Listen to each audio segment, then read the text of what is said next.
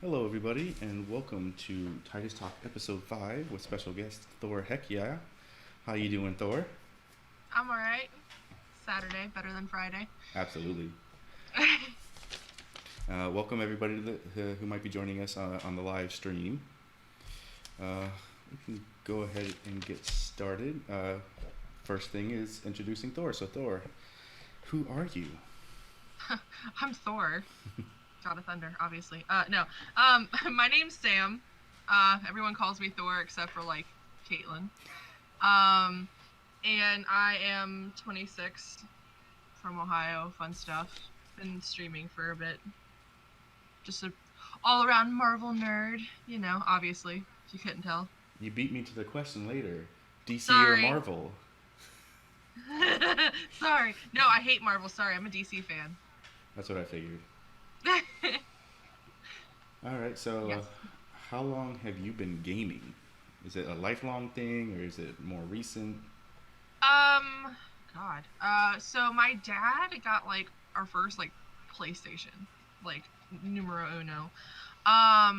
When I was young, my parents were still together, and my parents got divorced when I was like 6 or 7. So I was like 4 or 5, and so I've been doing like racing games with him, since I was that age. And then he got a PlayStation 2 when they were relatively new, and so like I played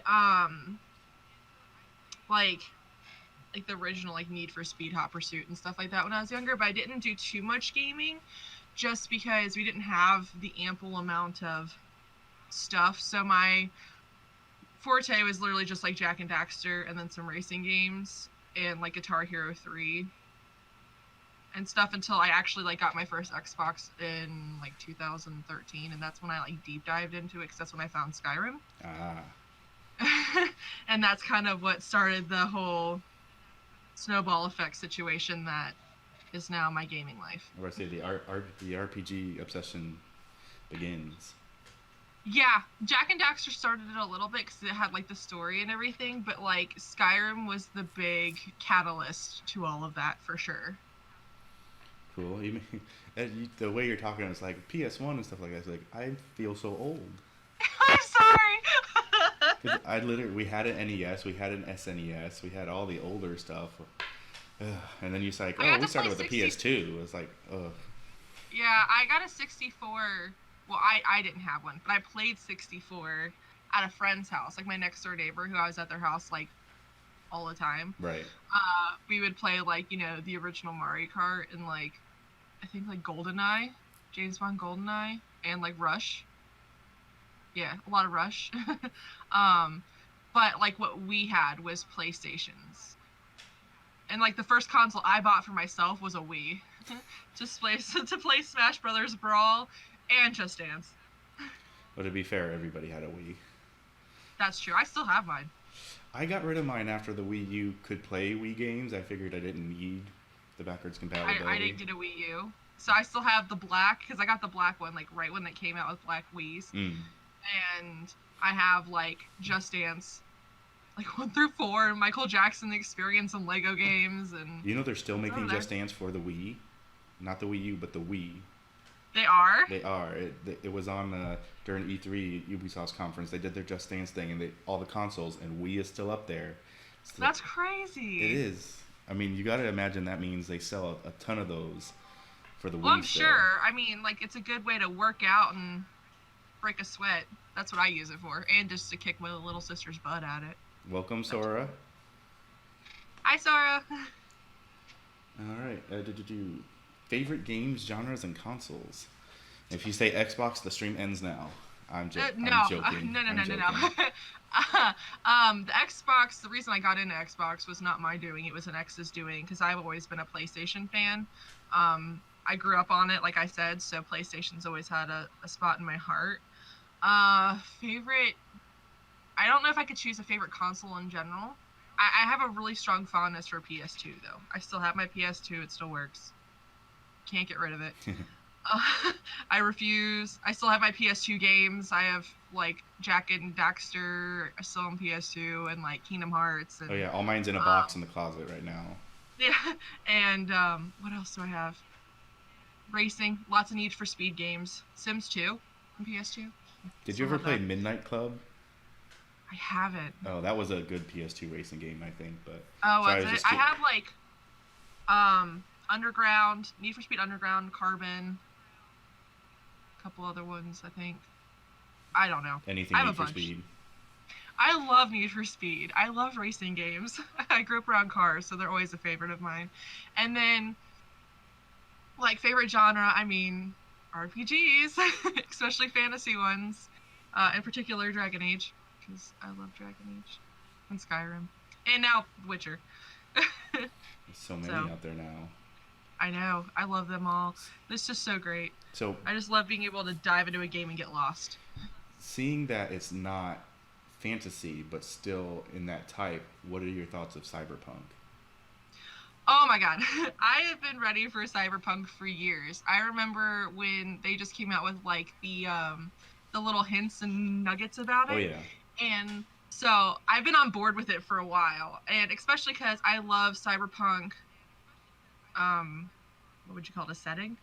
Environments, Yeah. because like when I think of Cyberpunk, I think of kind of like Fifth Element and Blade Runner and those kind of things. And then like the book I'm writing actually takes place in a cyberpunk futuristic universe. So I thought of also, beyond just being cool, it's also really good research for me as a writer, leading to further conversations, but for exploration and stuff like that. But I'm super excited for it. I cannot wait. I'm mad that it's not coming out this year.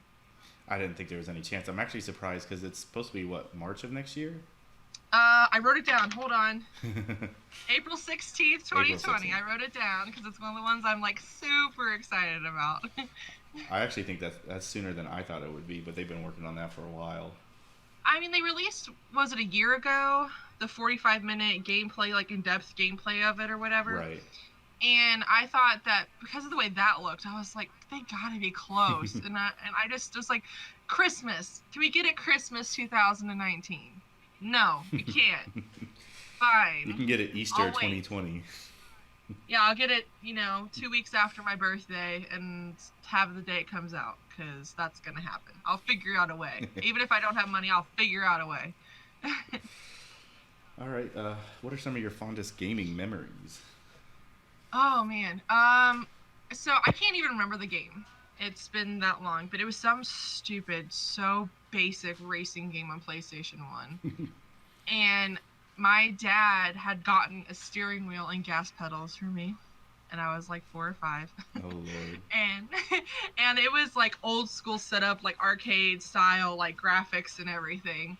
And we would play that racing game all the time. I loved it. I loved playing the racing games with him because that's where we bonded and stuff. And then when my dad got with my now ex stepmom, he got Jack and Daxter, the first one, and then we had the second one. And me, my dad, and my stepsister would had a family save of Jack and Daxter, and we would play it together and like take turns and like work on the whole game together, and it was so fun. So that's definitely one of my favorite memories. And then we did it with Jack too until we got stuck.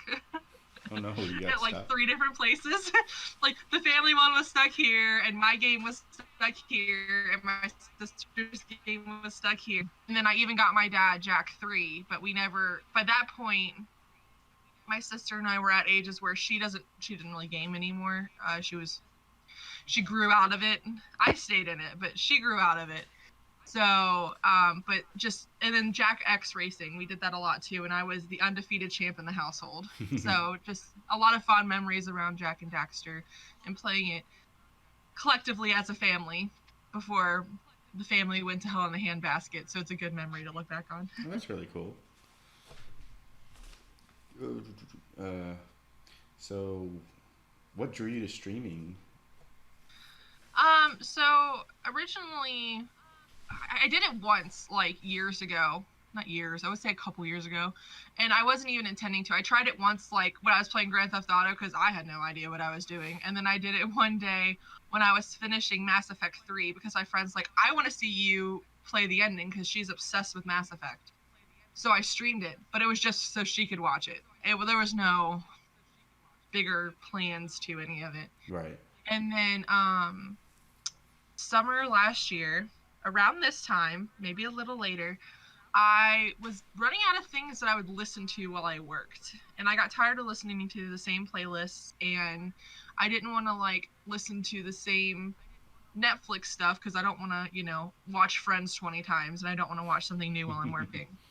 So I knew of Twitch. So I was like, well, I'll see if there's anyone cool that I can listen to while I work. And that's kind of what started all of it. Like I found like a sim streamer I like to watch, and then I found the Way TV, which was the kind of gateway for me into some of this community. Mm-hmm. And that's how I found Multi. And then Multi and I literally found Mart at the same time. And before Mart was even affiliate, I think, like he was streaming maybe a week. And so Wow. I just became a regular in these streams, and it just kind of came up in conversation one day with Mart, and he's like, have you ever thought about streaming? Do you plan on it? And I was like, oh, I've kind of thought about it. I might be good at it. I don't know. And it was kind of just one of those things where everyone's like, you should stream. It'd be great. And I was like, okay. And so then like I just did a random stream when I shouldn't have, when I was busy with moving stuff, and I streamed Dragon Age Origins. And I think Caitlin and Jen were there my first stream. Did you know them before that? I knew them a little bit before it because I had met them through Mart. I think, yeah. So one of my first streams, they had to be there. I don't know if it was my very first one because it all blends together, but I can remember based off of clips that they were definitely there one of my first streams because they were there when I had to make a horrible decision in Dragon Age Origins, and it took me like 15 minutes to decide. And so and there's still clips of it because I was just having a heck of a time. But at least with Twitch, you can have a dialogue with the chat and be like, help me, what do you think? Oh, yeah, it definitely, well, it didn't help. It didn't help at all, but yeah, it's definitely nice to have people to feed off of when you get to these hard decisions in games, because especially like when I was like doing like Detroit Become Human, oh my god. Caitlin says, yep, you met me in March stream, and then I dragged Jen in like a month later. Oh, there you go. I can't remember the exact times where I met people. I just think that Caitlin was there when I started. I believe she was. But that's awesome, and with the consoles nowadays, it's so easy to just get up and go and do it without special equipment. Thank God, because if I had to rely on a PC and special equipment, like that just wouldn't happen. I mean, I can do sim streams, and then I have like Left 4 Dead and Stardew Valley and like Gary's Mod and a couple other games on my computer that I could potentially stream and hopefully not kill my computer doing it. I don't know. I haven't tried it. But I would assume they don't take as much work to run as Sims. Maybe Gary's Mod does, but the other ones wouldn't. But it's nice having the capability to stream from console until I can maybe afford something to stream better in different ways. Yeah. So it's really nice to have that, just because it's so nice to play a game and experience it with other people.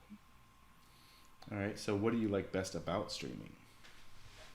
I like basically like that, just like being able to experience either games I love or new games with people who are equally as passionate about them, because in my life I have one friend who plays video games, and she and I equally fawn over Dragon Age all day long about everything Dragon Age. But that's basically the only games I think that we both played, that and Skyrim. So it's nice to kind of be able to find new games and be able to play these new games and experience them with people, as long as they don't spoil it, because I don't like that stuff. Right. But it's just really cool to be able to experience it all with other people, because I never really had the opportunity to do that. So like to have a moment like, for example, Detroit Become Human, when some crazy shit happens, so I'm like, oh my god, there's people there that I can, witness it with, experience the emotions with, and I just like the whole sense of community and everything. It helps people like me with depression, like make it feel like I'm not so alone. Right. Because that I'm not just playing video games in a dark room by myself. Yeah, Twitch has been a really nice platform for that. Yes, for sure. All right. interests in games interests and hobbies outside of gaming? Well, writing is obviously one, which we will get to eventually. Which is, I guess, one of my newer hobbies. Um, I love art. I have since I was like old enough to draw. I've always been drawing. I drew, painted stuff. My mom's best friend every year for Christmas and my birthday would buy me paints, sketchbooks, canvases, whatever. I think she still has a painting of mine that I made when I was like 7, and it's the ugliest thing ever. It's literally just like a big rainbow with yin yangs on it because I swear I was born a hippie. And my mom had until we moved a painting I made when I was like 5, where I painted my mom with a belly shirt and like bell bottom pants, and I don't know what I was doing, but she had it forever. And obviously that passion, hooked its claws in me because I went into art school and everything for graphic design. I used to go skeet shooting a lot with my father, so you could call that a hobby. Uh, Basically anything like crafty or creative, although I don't knit. I can crochet, I don't like it, and I can sew, but I've never followed a pattern in my life, so not so much that, but like just creating stuff, like craftiness, I like that kind of stuff. Sculpting, I used to do that in like high school. I can't cook though. No cooking. No cooking. No cooking. I can ice some cookies really good though, if they're cookies that come in a little chub that I just have to roll up in a bowl and cook them, and then I can put icing on them. Well, that works. Yeah. All right. Okay, so upcoming games. What are some of the upcoming games you're looking for? We already talked about Cyberpunk. Yes. If anyone hasn't already guessed this, I am really freaking excited for the Avengers game. Holy shit. I didn't even know that was a thing until I saw the E3 thing for it, and I just was like, well, obviously I have to get this game, and obviously I have to play it on stream because Obviously. Thor, hello, hello. I had no idea that was a thing because I'm really bad about staying with video game news aside from E3 stuff or games that I've been like waiting for. So that one totally got me on the hype wagon. And then with E3 stuff, I saw the trailer. I guess you can call it a trailer. I guess it's more of a teaser for Elden Ring, which all I know about it is it looks like a fantasy RPG, and George R.R. Martin helped write it, so I'm on board. Okay. I have no idea what it is, but I don't care. I'm on board. That was the From Software people, I'm pretty sure. The people who do the Dark Souls. Yeah, Okay. It looks interesting from what it showed in the teaser. It looks like it's going to have, like, the different races, like elves and dwarves and whatever. Right. But, I mean, George R.R. Martin's a writer on it, although it'd be nice if he finished his books. But regardless, so that has me hyped because I just love fantasy RPGs, and I just don't feel like I see many of them coming out. So, and for a brand new one, not one that's part of like Elder Scrolls or whatever, like a whole new world, I'm like totally on board for it. And then Dragon Age 4. But I'm also terrified of that at the same time because EA is horrible sometimes. Lately, especially, but Yeah, because but they released a teaser for Dragon Age 4 like at the beginning of the year. And I was, I'm super hyped about it. It's got great stuff for people who, I'll avoid details for people who haven't played it yet because it's got spoiler territory. right. But I'm super on board for it because it looks like it's going to go down the route that I think it's going to go down. But after reading an article released or about BioWare and everything, it seems they kind of scrapped the first idea that everyone was like would have wanted to have, which is basically where you basically are doing heists and crap. And I'm like, that would have been awesome. Fantasy heists. It's like Grand Theft Auto meets Skyrim. And I don't know what they're doing now, but they want to have a multiplayer live part to it. Because who doesn't need that? Yeah, I just hope they don't do what they did with Andromeda, but who knows? I'm going to still pre-order it, of course, but I don't know if I'm going to be happy that I did when I actually play it. Well, we can only hope for the best. Yeah, fingers crossed. It won't be for a while. My guess is it won't be out at least until 2022. Oh, you think 2020? I was gonna say 2021, but you think 2022? Well, I we haven't seen anything for it, and they were working on what was it? Anthem. That's it. So I feel like they're probably gonna. I would like to think they're gonna take their time on it so that they can avoid Andromeda stuff because I feel like this is kind of like the last shot for BioWare, and I don't even blame BioWare. I blame EA. No, But 100%.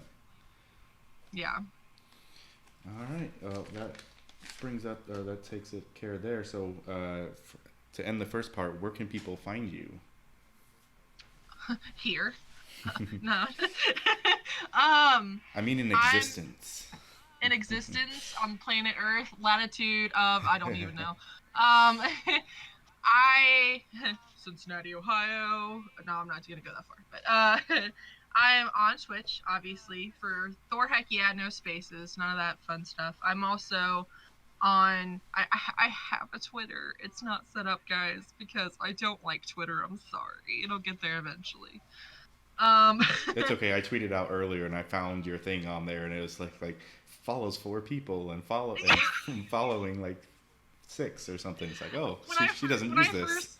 when I first made it, it got blocked because I didn't do anything on it, and they thought it was a bot account. And I'm like, no, I honestly I am here. I don't use Twitter, and I just need to take a day eventually and actually get on that. I just haven't. I'm on Discord. I am in a lot of people's Discord. I have my own Discord. I'm always reachable on Discord all the time. I'm always on there because I have game stuff and writing stuff on Discord.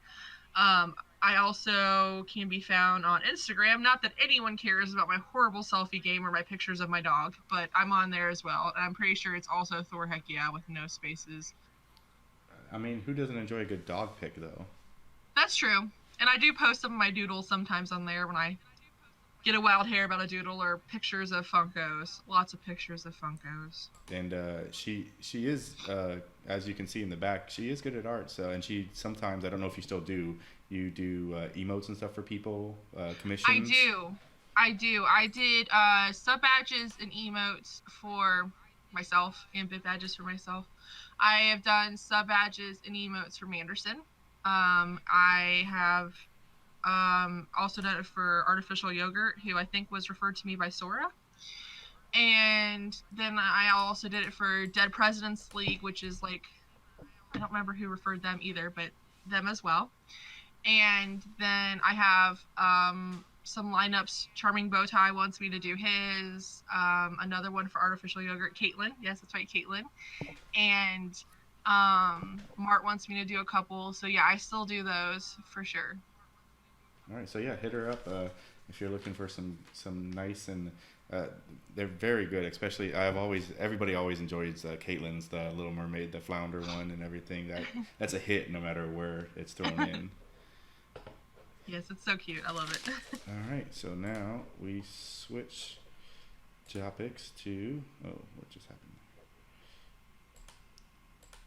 Oh, wrong one. There we go. Playing. What are we playing now? What are you playing right now, Thor?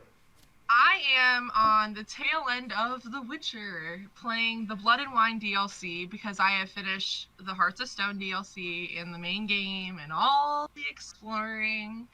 My guess is probably 7 to 10 more streams of it, but I like to get everything because I'm kind of a completionist, so we don't actually know. I spent 2.5 hours trying to win a Gwent tournament the other night. Oh my lord. Reloading saves so that I could get a stupid trophy and no achievement because there's no PlayStation achievement for it. But I still did it.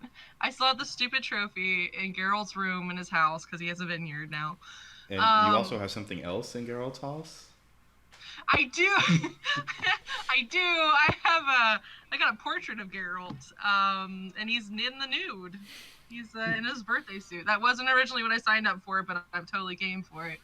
But yeah, you had to choose his pose. I was gonna have the donkey ears on him, but they took it off, so there's no donkey ears. But you could choose either a heroic stance, he could be on his horse, or he could be relaxing. And I was like, we'll do a relaxing Geralt, because I like his chill pose when he leans and he crosses his arms. Well, it wasn't that pose, but regardless, he's laying and got the castle in the background while a griffin attacks. He kills the griffin. And the guy's like, oh, we can use this in the painting. And then I get the painting, and it's Geralt lounging on the body of a dead griffin, completely nude. And wow. it is in Geralt's bedroom now. Like a little appetizer for the ladies. That's But awesome. yeah, so I'm nearly done with Witcher now, and I'm like 30 streams into it or something like that, like over 140 something hours into the game, because PlayStation doesn't tell you how many hours. I actually had to calculate it based on stream times.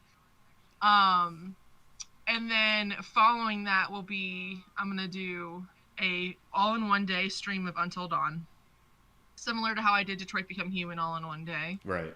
And then I will be moving into God of War, because Britt was dying for me to play that and couldn't wait for me to get money, so she bought it for me. Oh. So that's next on the list, is God of War. Well, that's nice and long overdue, I'd say. Yeah, I mean, I do want to play it, and everyone's like, you have to, it has Thor and stuff in it, and like everyone's like, you have to play it, Norse mythology. So it's gonna happen. I have plenty of things on my list. I will be playing for till I'm dead. I'm sure, but those two are actually probably some of the quicker ones that you'll be playing. Probably. I think God of War, I don't know how long God of War is, but it's definitely shorter than what I usually play. Oh yeah, definitely. Because most of the stuff I play is at least 50 hours, or definitely over 100. Especially considering I have my asshole play of Dragon Age on the line at some point as well. So I want to take a quick second to let the chat know, like in previous podcasts, we've said hold questions and comments and stuff to the end if you could. We're opening them up to try new things, so we may not read it, but if we will read and want to comment on it, we'll read out your comment and then respond to it so that it works for the podcast better. So if anybody has any questions or comments, feel free to pop them in chat.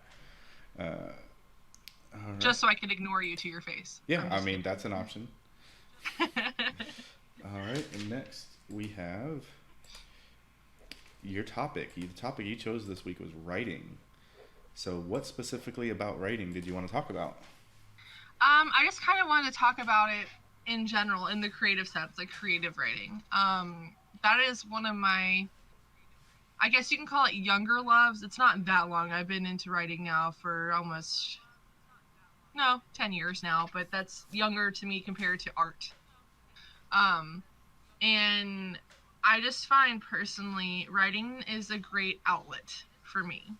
And I kind of like to tell people about it just so if they're interested in it, they can also pursue it without having a formal education or whatever. You don't have to have gone to school for it and everything. I mean, I did end up minoring in it in college, but part of that was also because I just ran out of gen eds because I transferred college.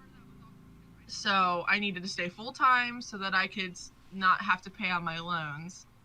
And I was already planning on taking writing classes anyway, so I was just like, well, we might as well make it official and get something for all my work I'm going to do anyway. I used to not like writing or reading. I used to hate it because I had a reading comprehension problem. I would read stuff and it'd be gone 5 minutes later. I would have to have my mom read to me the stuff that I would need to read for school because I wouldn't retain it. Sugar Mama says hi. Hello, Sugar Mama. And I had special classes for it when I was in private school to help me with this reading problem. And the first book that I actually read on my own that I enjoyed was Holes when I was like in 4th or 5th grade, because I think every 4th or 5th grader read Holes. Is that the one that the Disney movie was based off of? Yeah, with Shia LaBeouf before he went batshit. Yeah, that one. But what really kind of started that was actually Percy Jackson, which I started reading when I was in high school because I loved Greek mythology. I always have, I always will. It's one of my favorite topics. And that was kind of a gateway for me. And I even have a tattoo for it because I just love them so much. And then I had a fantastic senior high school teacher, English teacher. And he kind of was all about just, doing what seems right to you, creativity, all this stuff. Very just free spirit guy, super cool. And that's what started me on down my more serious writing path, because when I was like 16, I started that whole role play writing thing, like really shitty, like horrible, because my friend introduced me to it. Not serious role play writing. And no, just a disclaimer, I don't mean erotica, because everyone always assumes that when you say role play writing Right. and stuff. I don't mean erotica. Um, but then in college and everything, I started taking writing classes and stuff, because my sophomore year of college, I spiraled into probably my worst depression I ever had. And I didn't talk to anybody. I literally just stayed in my dorm room and I watched Supernatural, did my homework, and I was drawing, and I just got this idea for a story, and I was like, well, why not make it a book? And I've constantly bounced around with graphic novel, novel, graphic novel, novel, graphic novel, novel, constantly. And I've been working on this now for, 7 years, something like that. So it's constantly bouncing back and forth. But that kind of started that. And then I deep dived into serious role play writing. And for those of you who don't know what that is, it's at least through the way that I do it. There is a GM, which is a game master, kind of like a dungeon master in Dungeons and Dragons, and they make whatever world. It could be based off of Harry Potter. It could be your own idea, whatever you want it to be. They are in charge of it, and then we create characters to take place in this world and this story that they've created. And it's kind of like collaborative writing. It's wonderful. You meet great people through it. So that was my deep dive into roleplay writing. Caitlin asked me, I said, so you're writing a book. Tell us about it. Okay, so this book has gone through like 5,000 different changes as that happens. But the books are, well, it's a book intended to eventually potentially be a trilogy. Because what good series isn't? Yeah, well, and it's one of those things where I could have it in one book, but I kind of see the story kind of taking on this bigger scope, and I might never get it published, because my novel writing teacher said on average most authors don't get their first books published, and I'm okay with that. And I might get it published and they're only interested in the first one, and that's it. That's fine as well, because the way I intend it, it could be a contained story with the first book, and that's it. But it's set place in a cyberpunk, but more like deteriorated cyberpunk, not like thriving futuristic, but not to the point where it's like post-apocalyptic. Right. Future. And something happened to the world, and I haven't decided if I'm even going to mention it in the book or not. It might just be alluded to, and you never actually know what happens. Oh, you're going to tease everybody like that? I'm really good at making people kind of connect the dots where they want. I give them enough information that they need to know, but I don't oversaturate it. That's just kind of the person I am. I'm also really big on cliffhangers. So I'm that horrible person. But something happened in the world in the past, and it basically decimated like 90%, not even, like 99% of the world's population. And so basically, as far as as the audience, what's left of humanity is condensed to this single civilization city. And then everything outside of it's kind of like a dead zone or a wasteland, because all the resources, everything, are made for people to sustain this city and live. And the trilogy, the overarching story, is called Marked, but the first book is called The Defector. And it's basically, the city is under basically super strong totalitarian government, aka dictatorship, for those of you who don't know big words. And it follows a very ragtag, piecemeal group of people who come together because they're all in prison.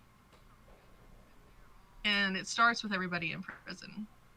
And it follows specifically the more main characters, I guess you can call it, are these brothers, Ben and Flynn, and then this girl, Scarlet, who is more than what you think she is. She's actually, and this isn't a spoiler because it happens literally within the first couple chapters, she is the most wanted criminal in the city because she's been evading them for the better part of a decade. And you find out why and more about her story in it. But she is the central protagonist, but you also follow Flynn. And it's basically their story of being these criminals and in this city of extreme dictatorship. And it's very much a revenge-driven story as well in this future world. But there's a total of like 10-ish, because I'm still solidifying other characters, but 10-ish supporting characters, including the 3 main ones. That sounds fun. I hope if even if you never get it published, I hope some of us get to see it. Of course, I've because in college I took creative writing as a minor. 2 of the classes I took were novel writing 1 and novel writing 2. And in those classes, the first one we wrote 2 chapters, and the second one we wrote another 2 chapters, and you could either continue the story from one to the other because it's the same teacher, or you could start a completely different book if you hated your idea. But because I've been working on this for years, and I'm what he calls an architect writer, where I have to have everything planned out before I write. I'm not a gardener, which is someone who just kind of writes and lets things happen as they happen. I'm not one of those people. I wrote for this book with novel 1 and novel 2. So I have 4 chapters of it already written. And I've just kind of hit a point of stasis because I'm trying to solidify world building before I continue, because with writing, world building is a huge part of it, because you have to figure out, well, how do certain things work in this world? How does technology work? How does travel work? Are there cars? Are there hover cars? Are there no cars? You have to figure out all these things, how the laws work, how the government works, and all these things before you write the story, because even though it seems minor to the plot, it's important because it's integral to making a believable world. Absolutely. So I have some things that I'm trying to solidify before I continue, because originally when I first started this, it was more of a post-apocalyptic kind of Mad Max, Hunger Games, deserty, dead kind of world, but it just didn't work with some of the technology ideas I had in mind.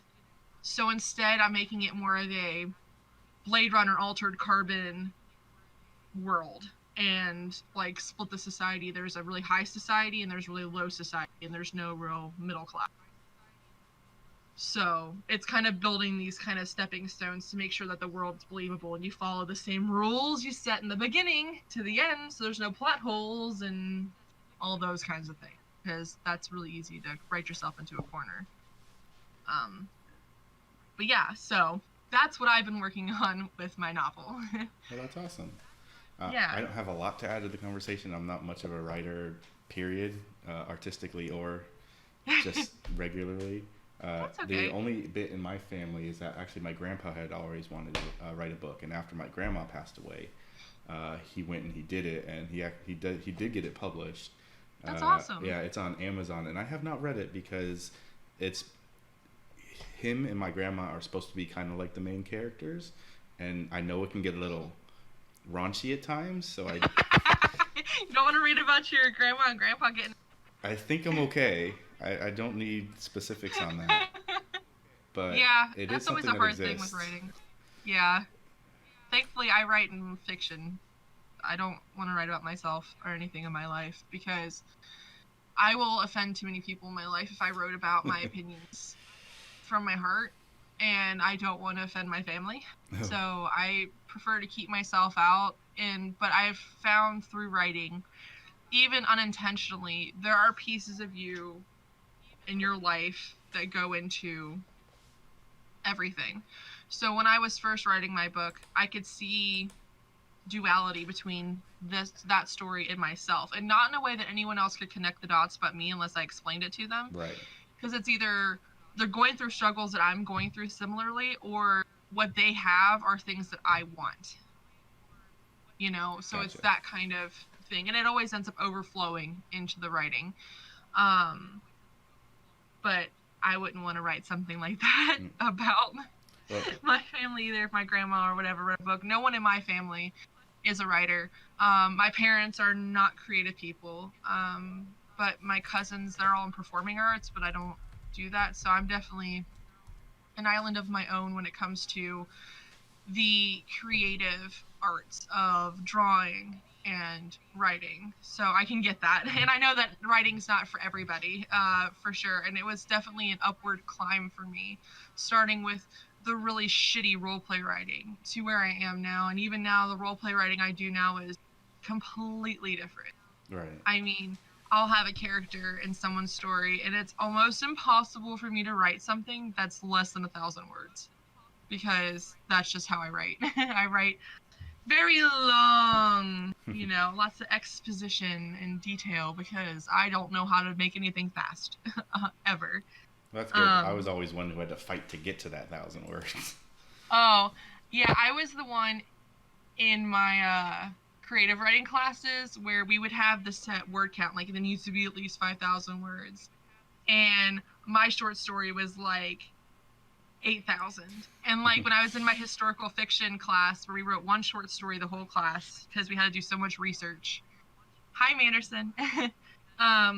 We had to do so much research. That story, I don't remember off the top of my head, but I think that story was at least 10,000 words. Because I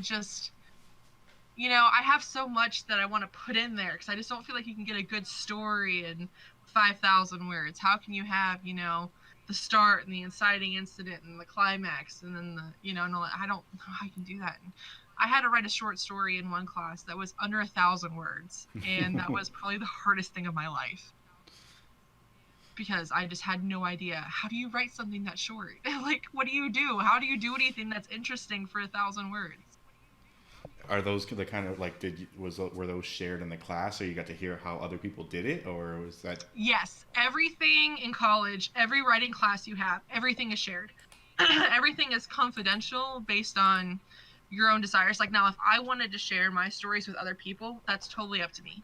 But I can't share other people's stuff, because everything within Right. the writing classes was very confidential, because people tend to write about things that are very personal, especially poetry class. Oh my God, you couldn't talk about that outside the class.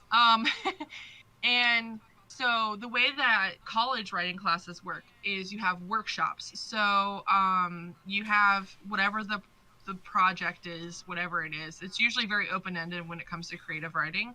It'll usually just be like, well, it has to be a fiction story.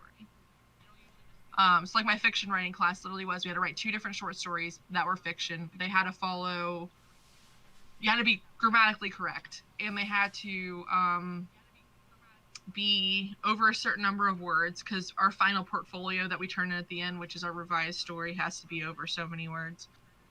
And we had to avoid Jack the Ripper, the Titanic, and Hitler. Unless you have Jack the Ripper and Hitler eating dinner together on the Titanic, which I think someone actually did that to just piss off our teacher. It's like you opened the door. Yeah. And he also said about like sex or erotica, I guess, if you want to put it, it can be in the story if it's necessary to the plot. Right. But if it's not, he doesn't want it. So I was the person who took up that challenge, because I like a challenge. But the way that it works is, depending on the teacher, they'll change around how due dates work, but everyone has their stuff due on, this Monday. You have to bring in 17 copies of your story this Monday. Everyone goes around, picks up a copy of each of the stories. And then we have to take it home, and we have to read it, mark it up with our own, like, proofread edits, changes, whatever, and then also type our own page of changes and what he calls the pat slap. So we start with what we like, which are the pats, and then we do the slaps of what things that we don't like, what need to be fixed, changed, whatever. So we kind of have to, and then we go to class and there'll be 2 or 3 people who have their workshop that day. Some teachers will have you read the first couple paragraphs of your story to kind of just get a feel of how you imagine the story. And then as the writer, you have to be silent. You can't say anything unless someone asks you a question. And then they go around the classroom and they give you all the pointers of stuff that they like. And then they go for the digs. And they go around and tell you what they don't like, what you need to change, what's not working, all the critiques. And then you take them, you get all of them back, and you take them. And then for our final, you turn in a revised version of these stories where you can take the criticisms that people say, or you cannot. Like, you don't have to take everything they say. Right. Because, you know, like in my historical fiction class, they hated what I did. And just to spite them, I kept it, but I just fixed it, made it work better. But I was not going to change my idea because I just think they were being assholes, to be honest. It got really, that was probably one of the harder critiques for me. I usually don't take them personally because you can't. But that one I walked out of class and I think I threw my paper away and I just kind of went on a drive because I was so upset. Because it was a roller coaster. It's definitely a roller coaster. If you go into art stuff or writing, there's critiques and it's always to your face. Right. And you can't really defend your stuff. You're not allowed. You just have to sit there and listen and take it and decide what you want to listen to and what you don't. And it's definitely hard. It takes time to get used to it and build a backbone to where it doesn't hurt. For sure. But yeah, it's interesting. And yeah, everyone reads it. Everyone sees it. There's no way to hide that from everyone. It's not like high school where just the teacher sees it. You know, everybody sees it. So if you don't like what you write or if it's way too personal and you don't want to share it, then don't. Because it's going to be shared and everyone's going to see it. Especially poetry. Especially poetry, because I had to take poetry writing. I didn't have a choice. And even me, who didn't want to go into deep personal things, I went into deep personal things. Because it's just, that's how poetry is. You can't write good poetry. It's just kind of what comes to the territory. But I'm not a poetry writer. I do not have ample skills in poetry. I think I wrote one good poem. Let me hear your best limerick. My best limerick? I don't even know. What is a limerick?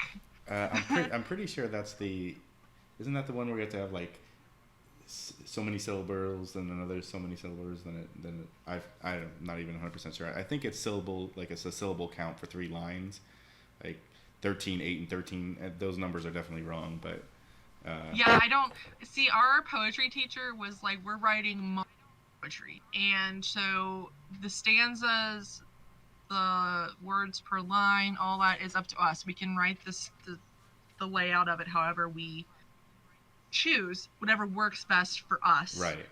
And no rhyming. No rhyming. No rhyming. So, and you know, she gave us prompts for poems to write and everything. But like, for example, the one that I did that she was gaga over, because we had this poem where it was the poem started about talking about things that were white, and it ended in talking about something very serious and deep to a person. It's just kind of like a slow progression. Mm-hmm.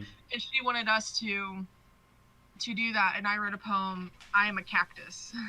And I compared myself to a cactus and all this stuff, and she was crazy about it. There's no rhyming, there's cuss words in it, none of the lines are the same length. It's very modern poetry.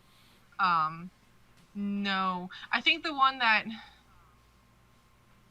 I have some that follow more, I guess, traditional layouts by like they have 2 lines per stanza and they have to follow the rhythm of you know, like. But then I also have ones that don't follow that at all, like not at all. Right. So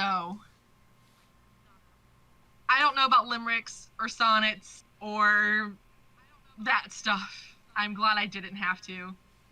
All this creative writing stuff is interesting. I took college English once. Good job, Manderson. A+. Good job on your college English. And thank you for the 50 bits, Manderson. Yes, thank you, Manderson. I do have, though, I know that Caitlin asked me some questions in advance. Yes. So I wanted to make sure I addressed those as well. Absolutely. So one of her questions was, do you create characters first, or I did get an A+, by the way. Good job, Manderson. I'm proud of you. A+ in English. Round of applause. Caitlin asked, do you create characters first or the environment first? And for me, it depends. It varies so much. It can start with characters, it can start with a plot, it can start with the world, like the world building. I'd imagine it's whatever comes to mind. Right, it's whatever inspires you, and you tend to write everything from that. It stems from that. So with my novel, for example, it started with the characters. Because originally I was a trash, straight, like, sophomore college student who wanted to write a love triangle. Twilight kind of shit. Well, it's not in there anymore, guys. Don't worry about it. There's no love triangle. That's actually the love in it. The romance is like a minor thing compared to all of it because no one's there for the romance. I'm not writing Harlequin novels. So it started with the characters, and a lot of the characters have gone through a lot of ebb and flow change. They've changed to adapt to what I want for the story. But the main character of Scarlet and then Flynn, which is one of the brothers, those two have almost stayed the same.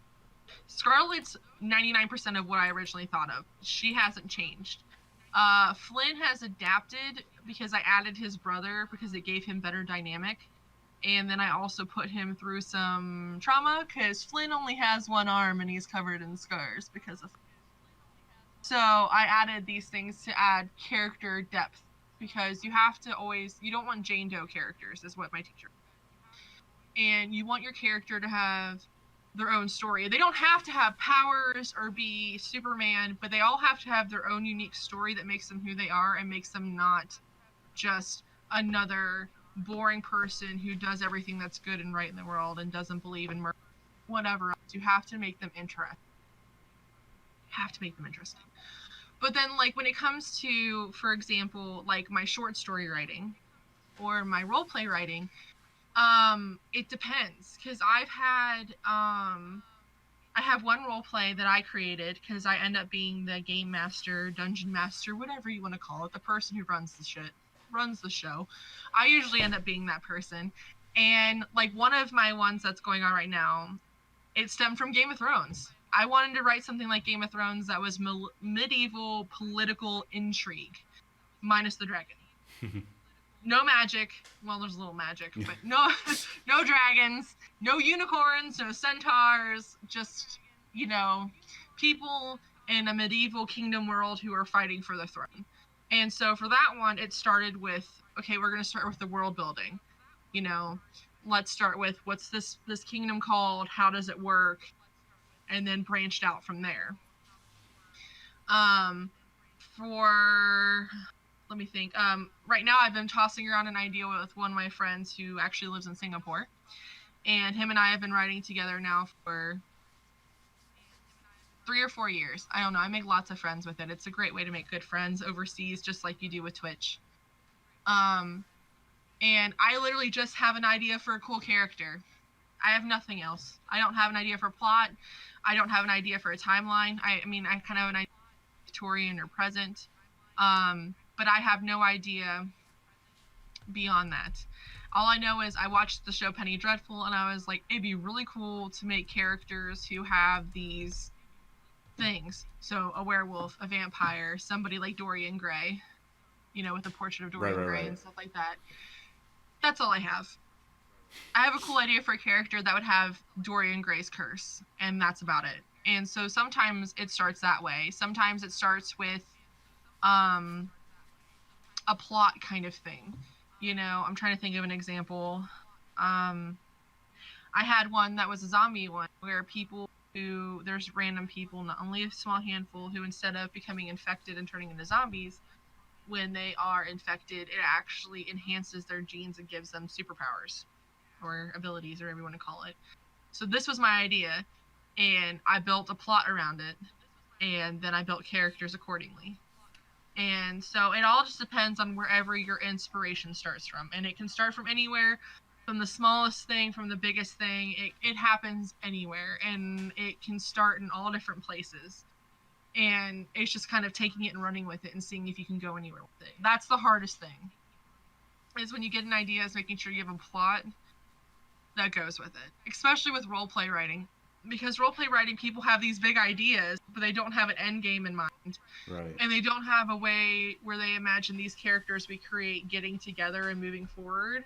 Because, like, I joined one where my friend did a Skyrim one, and I was like, cool, so you have a kind of idea. Where is this going? She's like, I don't know. I'm like, how do all of our characters get together if they're anywhere in Skyrim? She's like, I don't know. I'm like, so what's happening? I'm confused. So you have to take that into account with all your writing, especially when you write by yourself. It's hard to kind of bring all the pieces together and go forward, for sure. So it doesn't really answer any of Caitlin's question. I guess it just starts It does. wherever. There's no. I mean, the answer is that there's no one answer. Yeah, it's just wherever your idea hits you. No start is a bad start. That's what I can tell you. Um, Caitlin also asked what my creative process is, my creative writing process. And for me, I don't have one. It kind of is just whatever happens and comes to me happens. Like, I have a notebook that's specifically for my novel. And any ideas I get that I like, I write them down. I don't know how to integrate them. I don't know what I'm going to do with them yet, but I write them down so they're there and I don't forget them. And for that one, it started with these characters. And I liked the whole kind of Hunger Games-esque thing of someone kind of being this, how do I put it? A reluctant hero kind of thing, where they're there to, you know, save the day, but they don't want to be that person kind of thing. Right. But I also had other ideas. So, like, with my world building stuff, I have just pages of just notes where I put things down. Like, well, I was like, well, if this is a gritty adult novel that's harsh and unforgiving and, you know, really realistic, it's like, I was thinking, well, in this future, there might be brothels and prostitution, but how would that work? And so I have lists of that stuff. And then I have lists of, like, I added this whole new thing where there's, like, specific courtesans, which courtesan is a fancy word for a prostitute for anybody who doesn't know. And I know that from Assassin's Creed. Yeah, some people don't know. So where they're basically kept since childhood and they are raised, and then there are these events once a year where these creme de la creme, high tier, never been touched courtesans are sold to the highest bidder. So it's like thinking of these things, and I mean, it's horrible. Yes, I know it's horrible, but my novel's also very dark and gritty, so it kind of comes with the territory. And it's like one of those things like where I know that I want my book to be dark, so I have to think of places to add more darkness in there, because the more I think about, I'm like, well, this is kind of still too light into teen novel. I need to add more, you know, and I keep going back to like Game of Thrones, like how horrible it is at some points, and you have to do that to make it believable. But my process is literally just what comes to mind, I put it down. The hardest part for me was getting the first couple chapters down. I had to figure out, well, where is it going to start? Where is it going? Whose perspective is it in? And I decided that having it in one character's perspective wasn't going to give it the justice that I wanted. So, like, it fluctuates between my protagonist, Scarlett's perspective, and then Flynn's perspective. And it starts with them in a prison, being processed in prison. So what more dire straits to start a novel and then they're being in prison? Like, well, where's this gonna go? What's happening? So it was really fun. I thought that was a fun way to kick it off, but it's definitely just a trial and error. Putting ideas down when you get them, crossing out and getting rid of over half of them because they don't want it, and rinse and repeat is basically how that goes.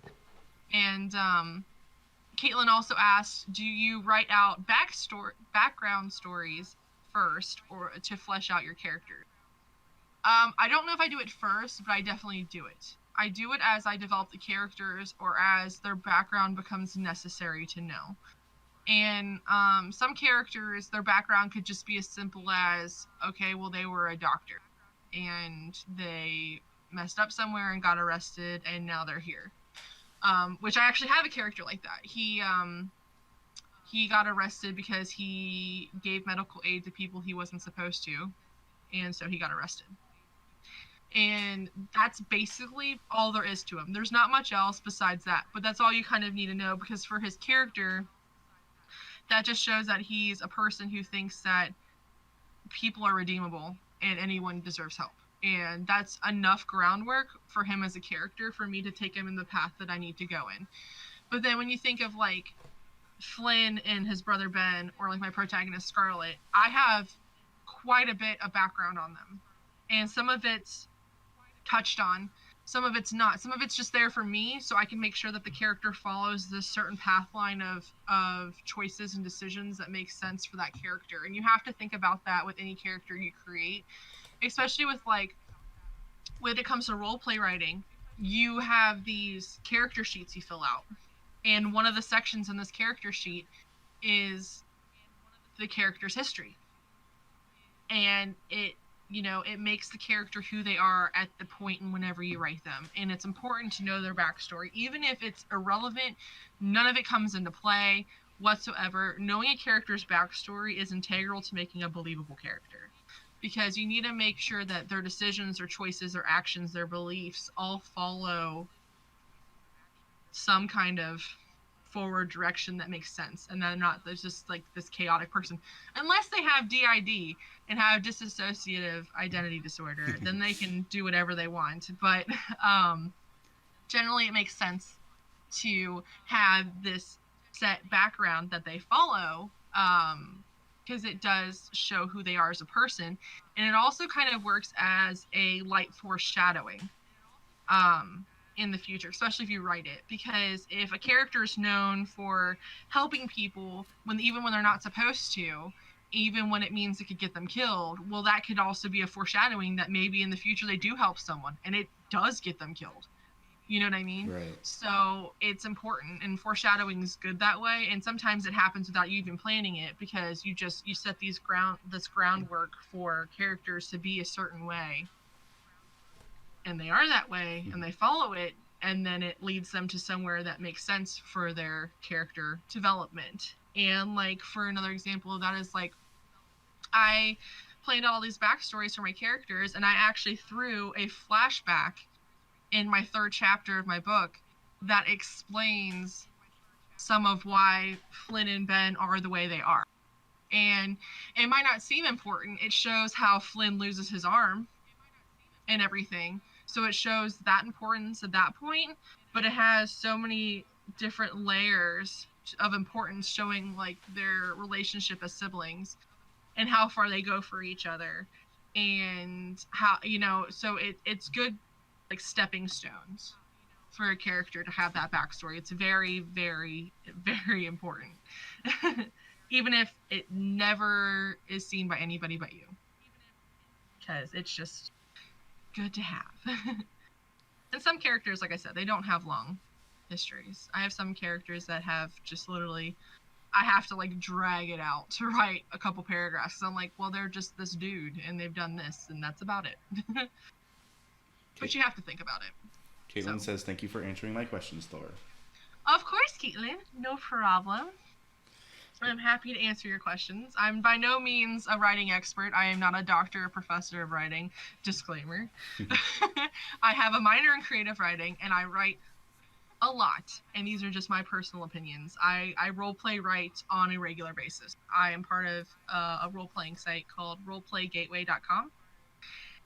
And I have been on this site since 2015.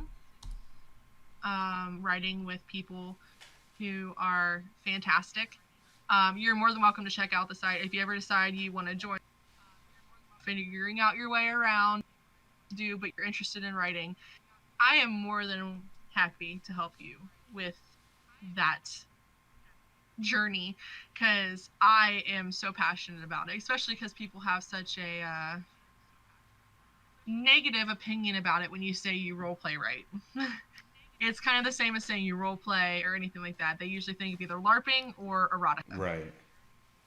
It's either sexual or people out in fields with foam swords, and it's neither one of them. Yeah, they just don't know any better. They don't, and I get it, and they think fan fiction and stuff, and I mean fan fiction is part of it, I guess. But it's more of like, okay, you love Harry Potter, so you want stuff to happen in the Harry Potter world, but you want your own individual, unique character, Right. and stuff like that. It's a great way to, in my opinion, to explore your creativity and to keep your mind engaged, constantly practicing your writing. It has helped my writing get better so much. Meet new people, and also just try things that you normally don't get to try. Like if you're curious about writing a villain or writing a character like this and you don't know if you can get it to work very well, try it, you know? And that's one of the great things about it, is you can just explore so many things in such a small world. Instead of writing a whole novel to experiment with one thing, you can just write in one role play a certain type of character. And it helps you broaden your horizons, because I definitely find myself going down a certain type of, I like this kind of character, and I like this kind of, I have a character that's a badass chick who doesn't play by the rules, and then I have a character of Does a she guy, swear a lot? yes, and and then I have, you know, the kind of guy that's a womanized asshole, and then, you know, it's kind of going out from that. Like I did one role play where I decided I'm gonna play the bad guy, and I made a total freaking psychopath, and he was fun to play. He was fun to write for. So it's always good to kind of explore and experiment, especially if you like writing. And even if you don't, there's the advanced stuff on the playing sites where people write, like I do, at least 1,000 words and super in depth. And then there's also people who just write a couple sentences. So you can always start with, you know, baby steps and work your way up if it's something that, for sure. Well, thank you, Thor, for the dive behind the curtain of writing. No problem. Is there anything else you wanted to add before we moved on? I can't think of anything, unless someone's dying for a writing sample. I have one ready, but I don't know if anyone wants to listen to any of that. But well, I know if you ask Caitlin, she's gonna be like, "Do it." But yeah, I've dived into a lot of different writing, fiction, poetry, and everything like that. But definitely fiction, high fantasy, sci-fi is what I'm drawn to. I hate nonfiction. I won't do it. So it's no that's fun. No, I can't write from real life. I gotta write from what's up here. You know, I have an overactive imagination, and it's bursting at the seams. And I love writing because I can put things to words that I can't draw. Like I try, and I try really hard, but you can never draw what you see in your head. No matter how good of an artist you are, it's never as good as you imagine it. And you're always your own worst critic. But with writing, you can describe things in a way that, to paint a picture in someone's mind that you can't do with a pencil and paper. Right. So that's what I enjoy about it. Well, thank you. Sure. No problem. For sharing with us. Of course. Before we move on, Manderson, thanks for sticking around. Hyrulean Gaming Group / Hyrulean Descent, if you're still here, thank you so much for the host and welcome. And we can move on. So yeah. We are moving on from writing to finally gaming news, and it's not just gaming, TV, movies, and all that jazz. So the only thing I want to throw out there real quick before we go back and forth on whatever we want to talk about is that there's a flash sale going on the PlayStation Network. A whole bunch of really good games for like $10 and under. So that's interesting to anybody. You should check it out. I can't remember some of the ones I saw, but I was like, wow, that's only like $10. Or Full Throttle, which was an old, I forget the company's name. It's $2.49 right now. So there's a lot of good games on there for cheap. I'm a lurky turkey. No problem. Hyrule, thank you again. Cheap is always nice. Cheap is nice, especially for us. We got like the Left 4 Dead bundle for like $4. Awesome. Flash sales are the death of me, Caitlin. Oh my gosh. I don't have money, so my weakness is graphic t-shirts. I almost bought one at Target, and I was so tempted. I didn't. It was Deadpool riding a unicorn cat with rainbows in the background, but I didn't. Oh my lord. That sounds amazing. I wanted it so bad. I wanted to get it, and I wanted to wear it on the podcast, but I was like, I don't have $15 to spend on a Deadpool t-shirt. Womp womp. Yeah. So. All right. Oh well. So what's some of the stuff you wanted to talk about? With what? Gaming news? Gaming, TV, movies, whatever. Well, the only thing with gaming news beyond just the stuff I was excited about with E3, because I'm not. I mean, I looked into the E3 stuff, but I'm also not like super into like. Sounds horrible, like Nintendo stuff, and that's not saying I don't like Nintendo. I like Nintendo. I don't care about Pokemon because I don't play it. That's not saying I don't like it. I just don't play it. So certain things within the E3, I was just like, well, I just, you know, and I liked hearing about Cyberpunk and stuff like that. I don't understand why everyone's like so greased up about Keanu Reeves all of a sudden, but everyone's flipping their shit because he's in Cyberpunk. I don't give two shits that he's in Cyberpunk, but he's there. And I am gonna get to that, Caitlin. Yeah, it's on my list too. Yeah. So I mean, that was a big thing that's been everywhere online, and I'm like, I guess it's cool. I always digged Keanu Reeves back in the day, like Speed and Point Break and whatever. Speed. But like, yeah. But it's just like I am not one of those people who like John Wick. Sorry, people can feel free to unfollow me if you see the need. I thought it was horrible. I've never seen any of the John Wicks. I didn't like it. It just is basically an overglorified action film. There's no real deep-seated plot. It's just basically this guy gets pissed off about, I won't spoil it, it's in the first 5 minutes, and then he goes and kills a bunch of people. And that's basically it. Because it was all this hype, and my mom and I watched it, and we got to the end, and I'm like, that's what it was? And so now he's just everywhere. And I'm like, sure, cool, whatever. He's a cool dude. But, like, I don't understand why he has to be oversaturated. And I'm worried that it's going to kind of go down the same line as oversaturation of, like, The Rock, who's in freaking every movie ever. And he can't act. I'm sorry. I love you, Dwayne, but no. Stop. Like, and... Well, and did you see Kevin Feige saying that he wants to find a role for him?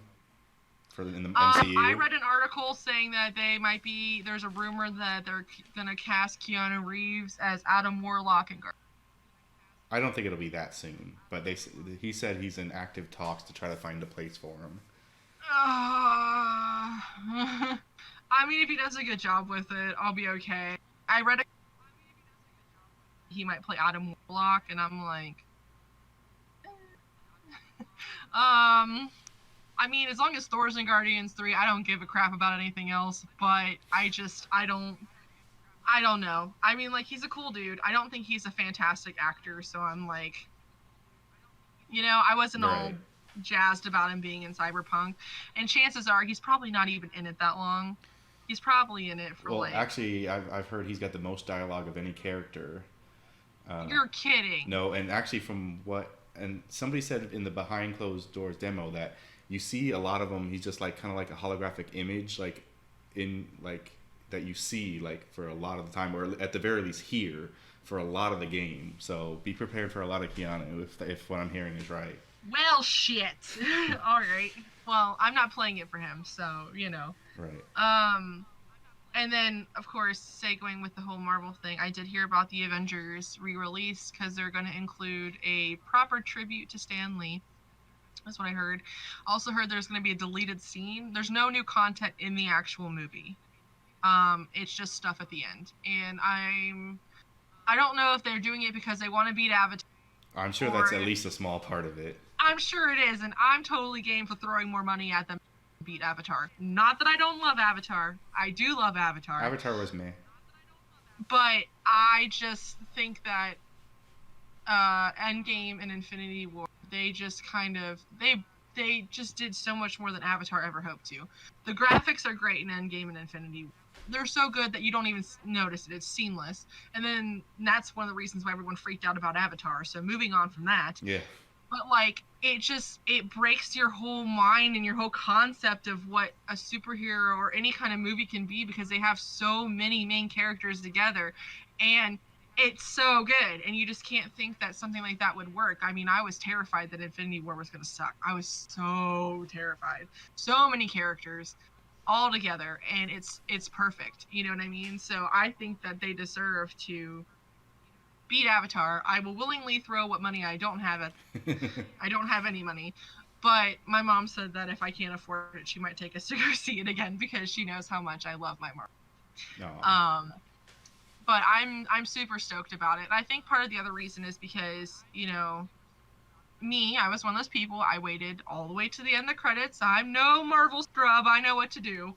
And all there was just the sound. And Right. I get it. It's the end of this first big, huge piece of Marvel. You know what I mean? Like, it's done. It's over. My stomach's growling. I'm sorry. And and you can't really put anything there because you can't say, well, Thanos is going to return because, well, he's not. Spoilers. And and you can't really hint anything. They could have had something for Spider-Man Far From Home, but it didn't need an end credit scene because it's the end of that part. Right. And so it made sense to me. And a lot of people took the noise that happened at the end of it to harken back to Iron Man 1 with the sound of him making his first suit. Right. I also thought of Eitri on Niveldelir, who made Thor's new hammer because he's a smith. Mm-hmm. But either way, I didn't think it was necessary, and I get it.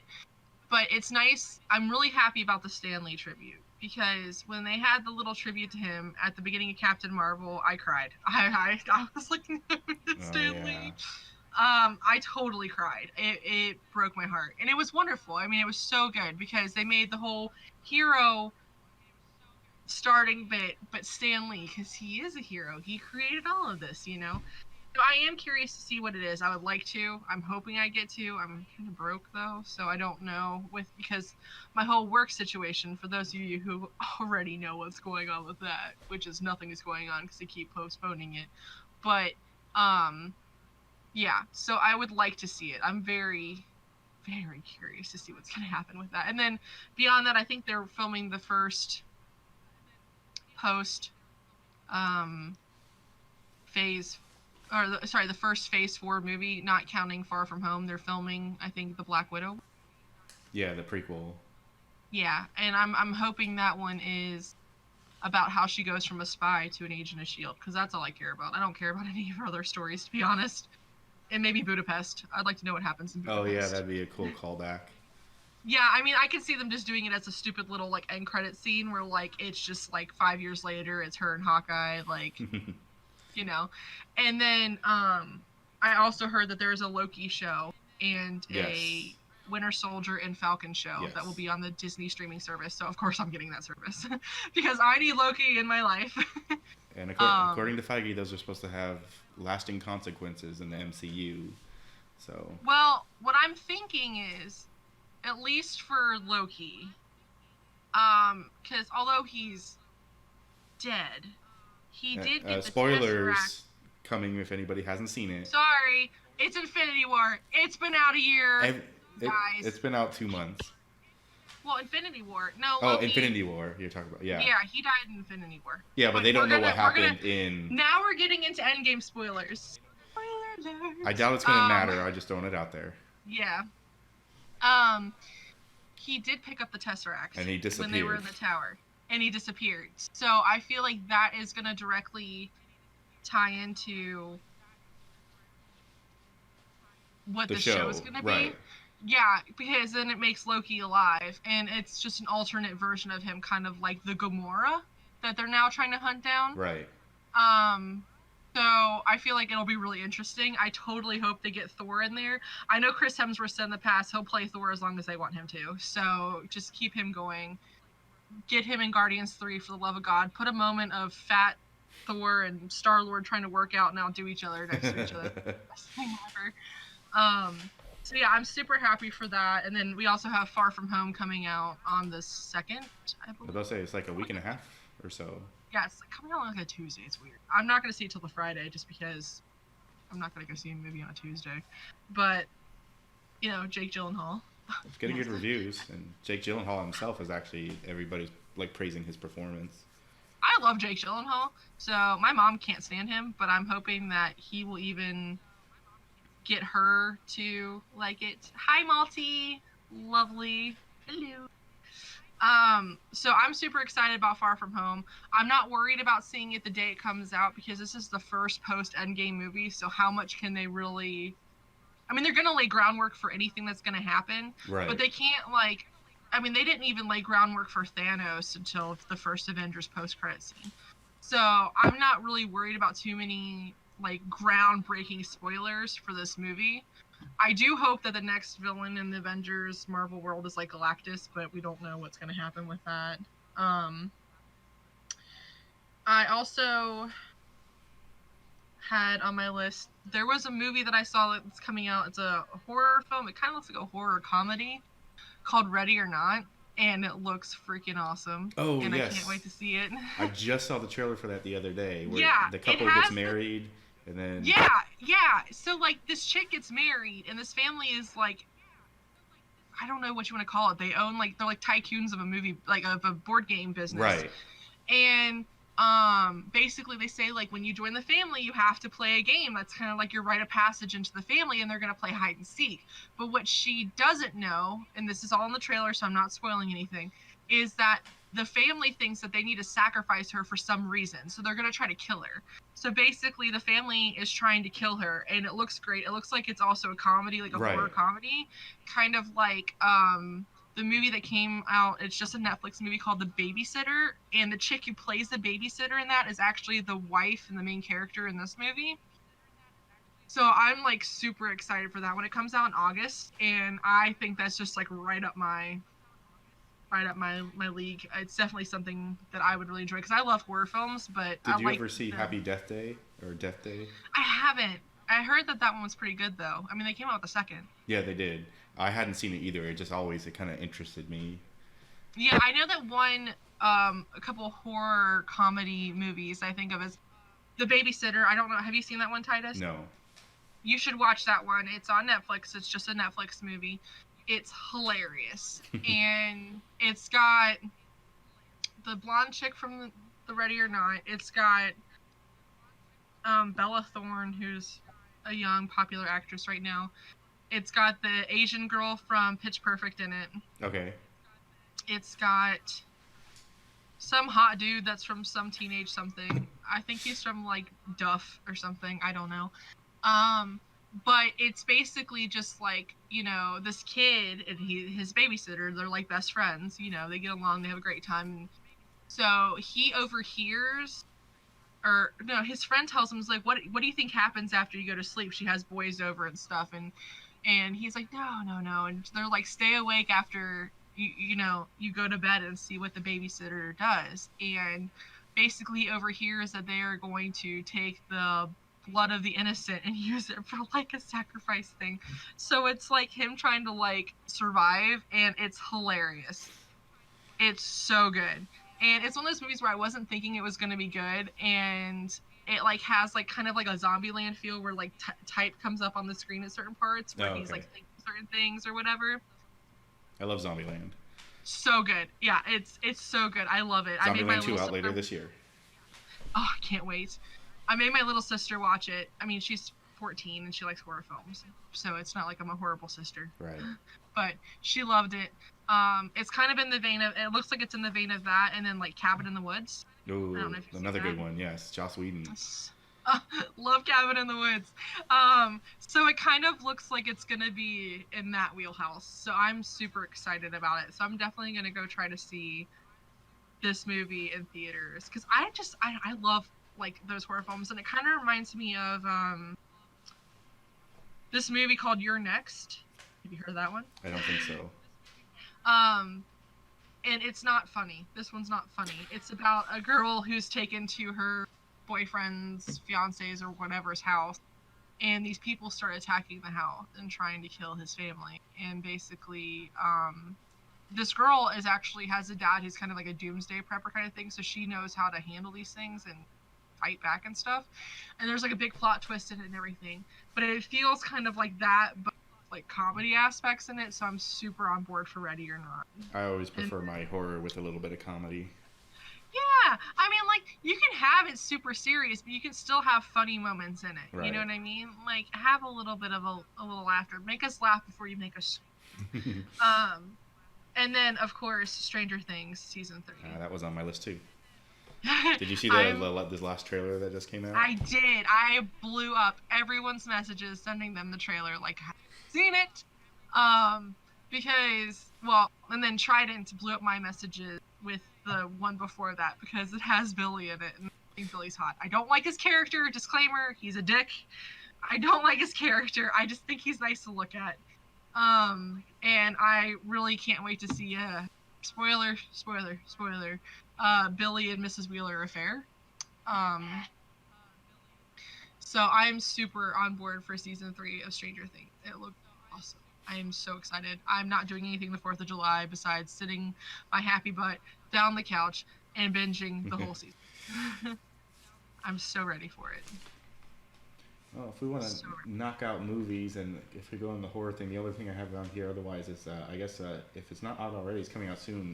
The Child's Play. Oh yeah, I've never seen the original. Really? I never went to I'm Chucky. kind of surprised. You would think it's funny. It's funny because I actually haven't seen a fair bit of the older horror, which is ironic. I bought the thing and it's still in Saran wrap on my shelf. I need to watch But yeah, it. spoilers for anybody who hasn't seen the original.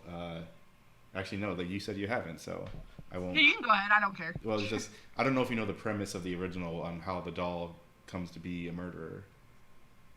No, I don't know, but you can go ahead and spoil it. Okay, basically, there's a serial killer. He's completely nuts, being hunted down by the police. I think he gets like mortally wounded, but he's also like is into satanic rituals and stuff like that. So he puts his soul into the doll so that he's able to live, and the idea being to take somebody else's body later. Oh, there And you then go. everything ensues. Well, in the new one, it's I guess it's these dolls are all mechanic, and it's just a faulty doll. Like it's something Oh, happened programming wise that made this doll crazy. Uh, that's kind of cool. so very Yeah, different. I've seen some of the older stuff. Like I've seen like the original Pet Cemetery, and I've seen the original Evil Dead, which I'm sorry, but I did not like it. And I saw what was it? I remember I watched Hellraiser. I had no freaking clue what was going on that entire movie. I got to the end of Hellraiser and I'm like, I don't understand. I've never seen it. Besides, oh my god, all I could follow was there's something with this chick's in love with her husband's brother, dead brother. I don't know, and he gets resurrected, and I think she sleeps with him. And then there's the pinhead guy and a box thing, and I don't know what's going on. And I've seen Poltergeist and like the original like Nightmare on Elm Street, but like Hellraiser is confusion. It is confusion, John. It's hella confusion. I don't know what's going on with it. And there's how many Hellraiser? Like 4, 5, 10? I don't know. They made too many of them, just like they did with Friday the 13th and Halloween. like and yeah, Halloween and Nightmare on Elm Street and of course now we're in this phase of Hollywood where they're remaking everything. Yep. And Henceforth, the Child's Play. I'm tired of it. I've heard that Pet Cemetery is actually really good. I didn't see it.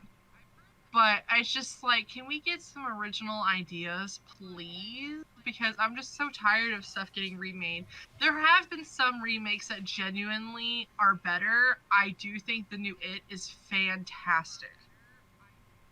But there are just a lot of remakes that just aren't necessary. Like, I love Beauty and the Beast, and I will forever love it. I was disappointed by the live action. Not by some of it. Some of the stuff was great. The Beast was great. I love Emma Watson, but she should not have played Belle. And it was, it's like one of those things where it's not necessary. Like, why is there an Aladdin remake? Why? Why are you replacing Robin Williams with Will Smith? Will Smith's a cool dude, but like, no. Well, to be fair, there is no replacing Robin Williams. There is no replacing Robin. You're excited for Child's Play, John? I don't think I'll see it. I don't know. If it comes to Netflix or whatever, I'll probably watch it, but I'm not going to go pay to see it. Will Smith sucks also. I mean, he's cool, and what I've seen, he's not terrible at it, but like, it's like Disney is a really bad culprit of that right now. They're remaking everything. Oh yeah, everything's going live action. They did Cinderella, Beauty and the Beast, Dumbo, Lion King, Jungle Book, Aladdin, Mulan's happening. I mean, there was no They original did cartoon, but you got Maleficent, yeah, and the Yeah, sequel. yeah. I think they're doing a Little Mermaid. I've heard that, yeah. I'm You s- know, and honestly, out of all these, I haven't seen all of them because I don't care. I like the original cartoons. Out of all of them, the only one. Well, hold on. Are any of them better than the original? Let me think now. Uh, well, Being the Beast isn't. Although I am glad they added a song for the Beast and they gave him more development, which I really appreciated.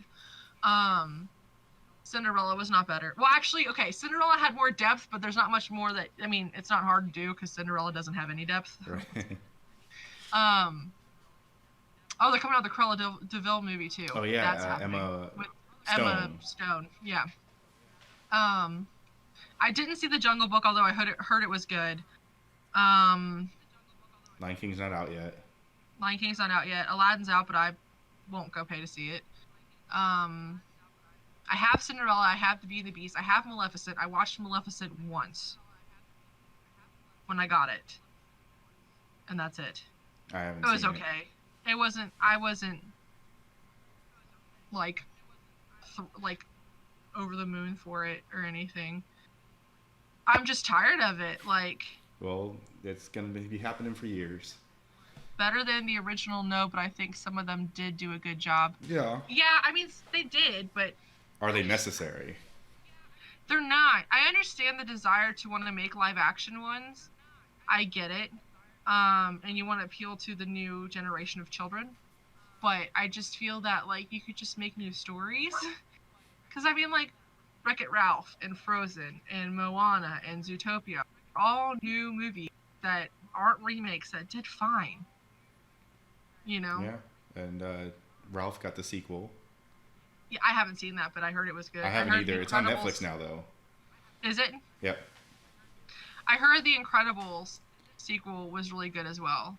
I I it, haven't seen that one I either. enjoyed it. I feel like I kind of almost feel a little let down just because I was like Incredibles 1 is probably my favorite Pixar movie. I love it a lot, but then I don't know. It's just maybe it's because we waited so long. It just wasn't what I was hoping Yeah. for.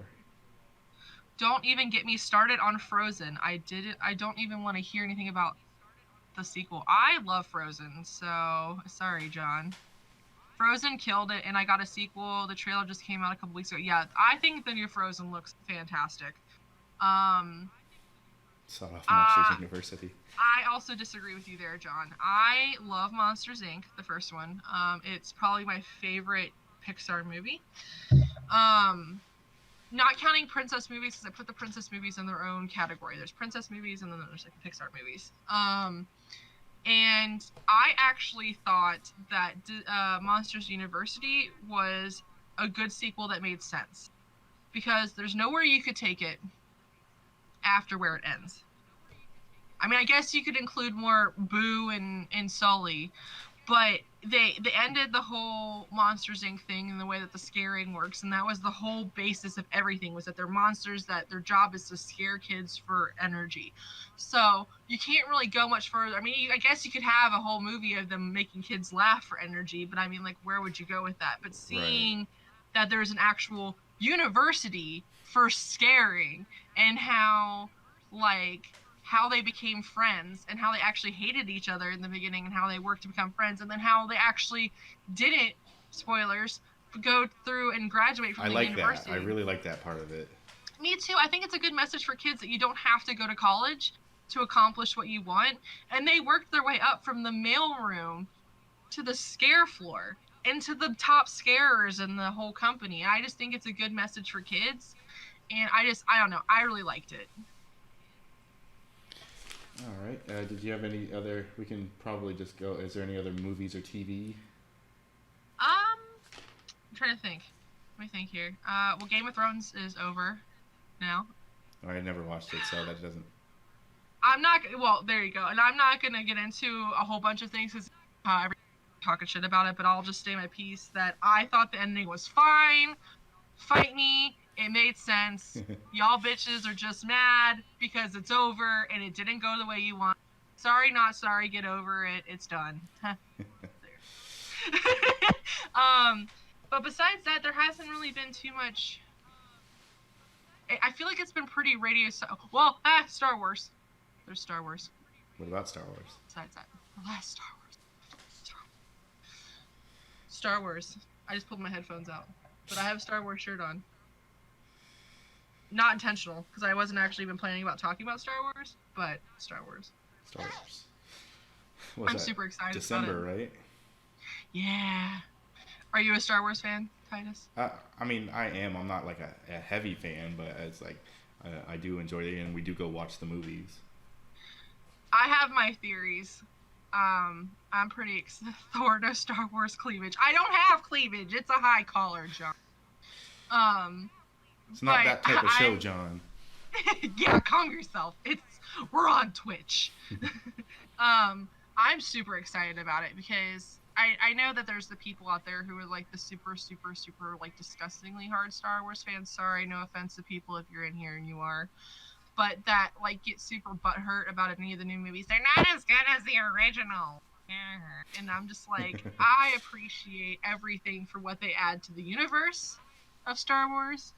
I do agree that Hayden Christensen is not a good actor, but I still appreciate the story that I get for Star Wars from the prequel trilogy. And I really enjoy the new trilogy. And I'm super excited to see where it goes. And I think that if you don't like someone who has their own theories that come true a lot of times, you probably shouldn't listen, because Britt gets really mad at me because I can predict stuff. But I think that Kylo and Rey are kind of gonna join forces, and I don't necessarily mean romantically, I just mean in general. And they're kind of gonna create the whole like gray Jedi thing, because the Force is all about balance.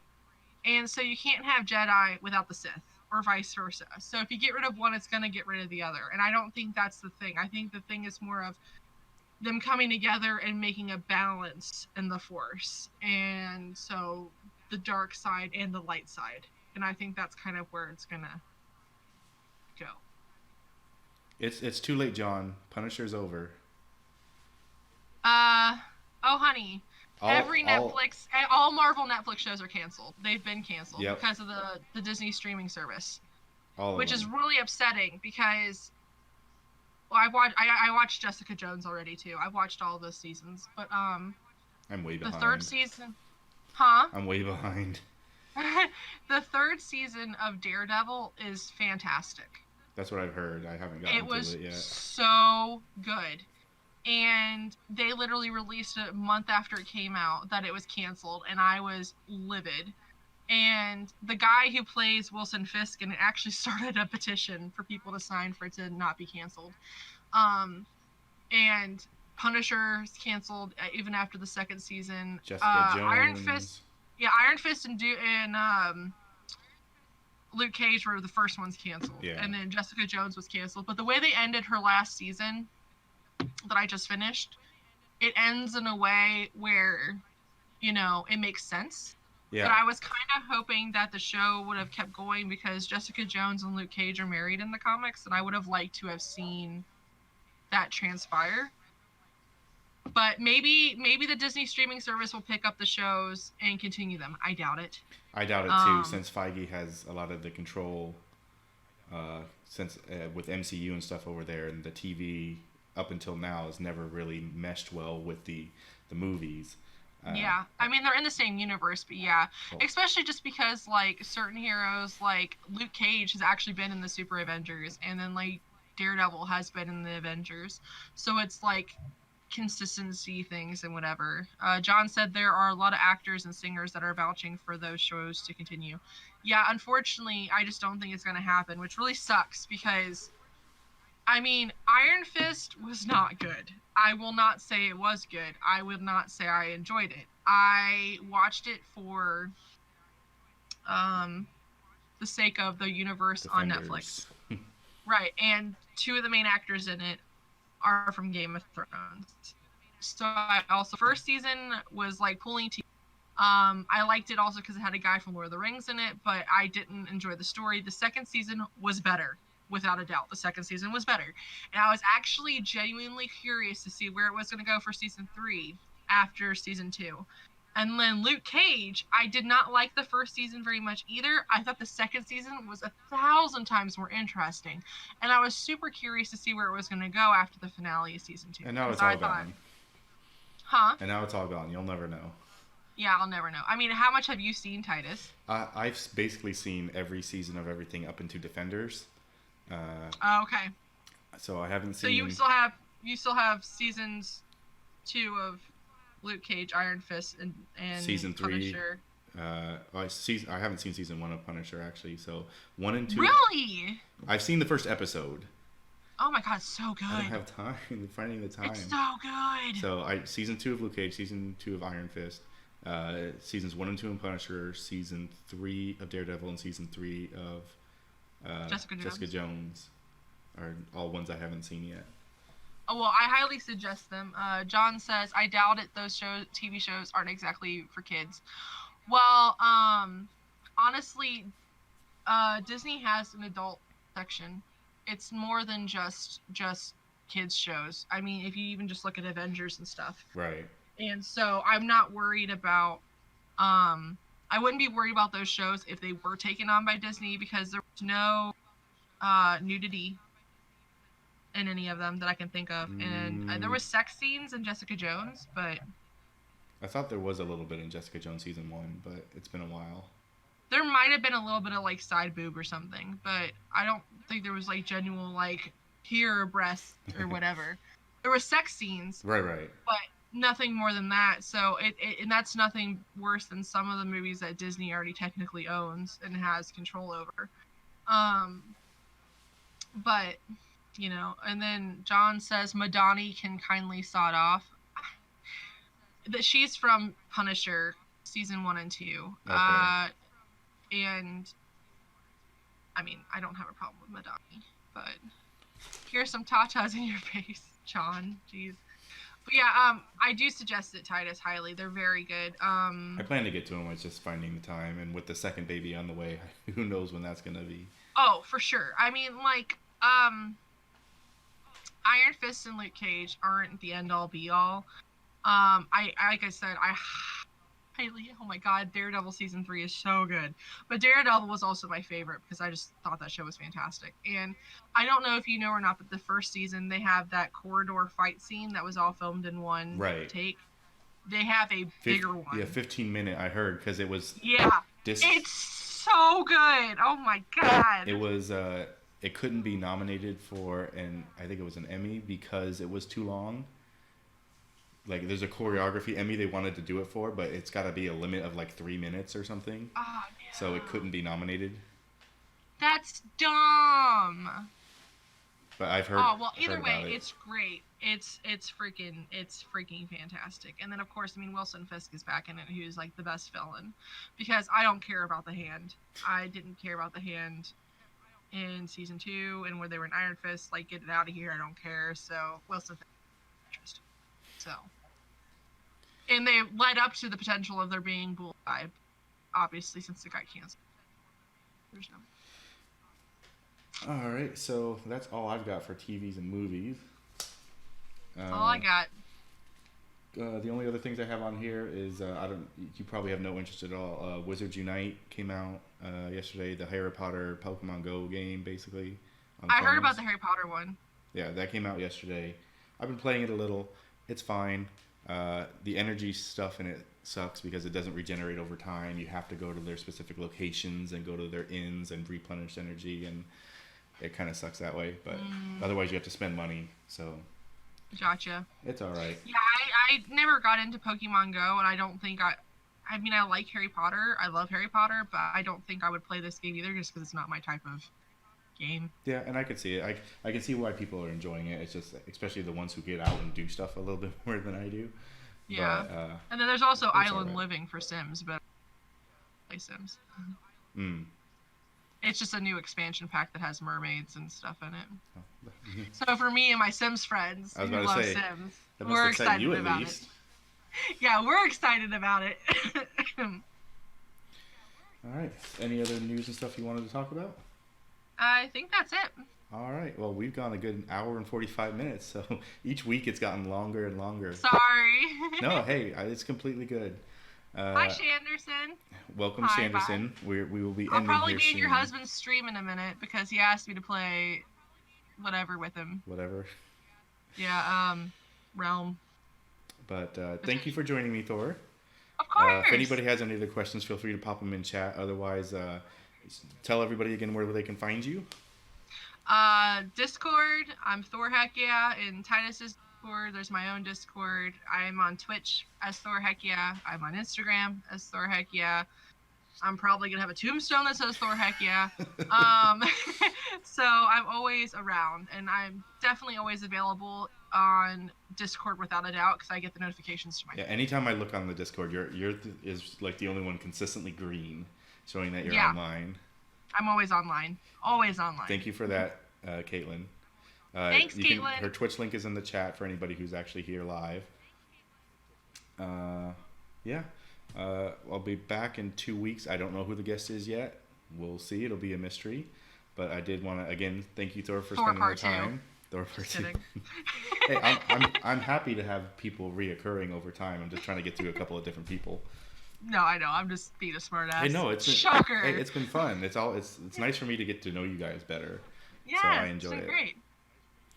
And if you guys ever have any questions for me, I'm here as well. But no, I'm pretty disinteresting. Thanks, so she seems pretty cool.